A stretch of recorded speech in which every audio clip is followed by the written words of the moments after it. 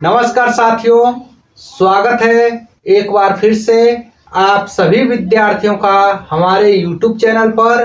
तो आज हम कक्षा 10 गणित के त्रिकोणमितीय अध्याय से उन प्रश्नों को हल करेंगे जो बोर्ड परीक्षा में पूछे गए हैं। तो जितने भी विद्यार्थी अभी भी हमारे YouTube चैनल को सब्सक्राइब नहीं किए हैं, उनसे एक रिक्वेस्ट है कि हमारे YouTube चैनल को सब्सक्राइब कर लें, बेल आइकन दबा दें ताकि हमारे आगे आने वाली हर एक वीडियो की नोटिफिकेशन आप सभी विद्यार्थियों को समय समय पर मिलती रहे। तो बिना हम लोग समय गवाए यहाँ पे दिए गए इस प्रश्न को हल करते हैं। प्रश्न हमारा दिया गया है, एक मीनार की चोटी का उन्नयन कोण। एक मीनार है, मीनार की चोटी का उन्नयन कोण उस मीनार के आधार से क्षैतिज तल पर 40 मीटर की दूरी पर स्थित बिंदु पर 45 है।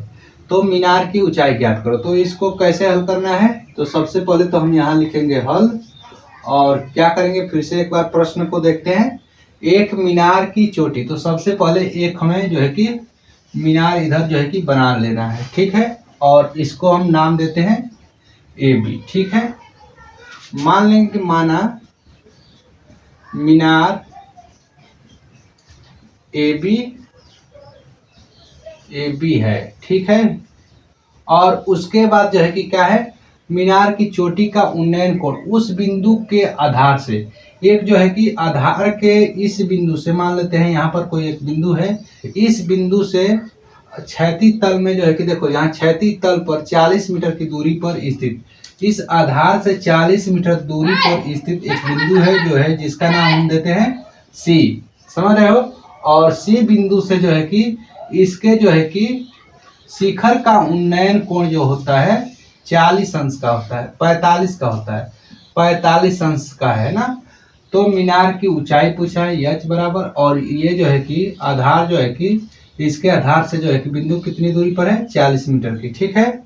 तो इसको मानते हैं, माना मीनार ए बी है जिसकी ऊंचाई मान लेते हैं, जिसकी ऊंचाई हम मानेंगे एच, ठीक है। और जो है कि आधार से जो है कि आधार से सी बिंदु की दूरी, सी बिंदु की दूरी कितना है, 40 मीटर। अब इसको हल करते हैं। त्रिभुज कौन सा, त्रिभुज ले लो ए बी और सी से। और देखो सबसे बड़ी भुजा तो कर्ण कहलाएगी, और कोण के सामने की जो भुजा होती है उसे हम कहते हैं लंब, और शेष भुजा को कहते हैं आधार। तो ध्यान दो कि लंब और आधार में किस जो है कि त्रिकोणमितीय फलन का संबंध होता है, तो tan थीटा का होता है।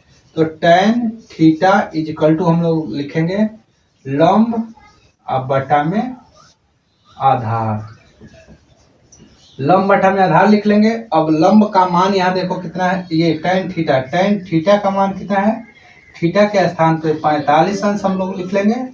और जो है कि लंब का मान ध्यान से देखो एच, और जो है कि अपान 40 लिखेंगे आधार का मान, ठीक है। tan थीटा, tan 45 का मान होता है एक हो जाएगा, और जो है कि एच बटा में 40। तो 40 का हम लोग एक में गुणा करेंगे, एच का मान आ जाएगा 40 से कम 40, जो क्या होगी मीनार की ऊंचाई। मीनार की ऊंचाई आ गई 40 मीटर, ठीक है। तो देखो ध्यान से, ये थोड़ा सा जो है कि इंक जो है कि कम है तो दिखाई ध्यान दे रहा होगा कि नहीं दे रहा होगा, तो इसको हम दोबारा से जो है कि यहाँ पे थोड़ा सा दोहरा दे रहे हैं। एच बराबर आ गया है 40 मीटर। तो इस तरीके से हम लोगों ने मीनार की ऊंचाई को ज्ञात कर लिया है, जो आया है 40 मीटर। तो इसका आंसर हो जाएगा 40 मीटर। तो जितने भी विद्यार्थी हमारे इस वीडियो को देख रहे हैं वे अपने दोस्त तक जरूर इस वीडियो को शेयर करें, ताकि वे विद्यार्थी भी ऐसे जो है कि ऊंचाई और दूरी से आने वाले बोर्ड परीक्षा में प्रश्नों को हल कर सके। तो मिलते हैं फिर से नेक्स्ट वीडियो में, तब तक के लिए धन्यवाद।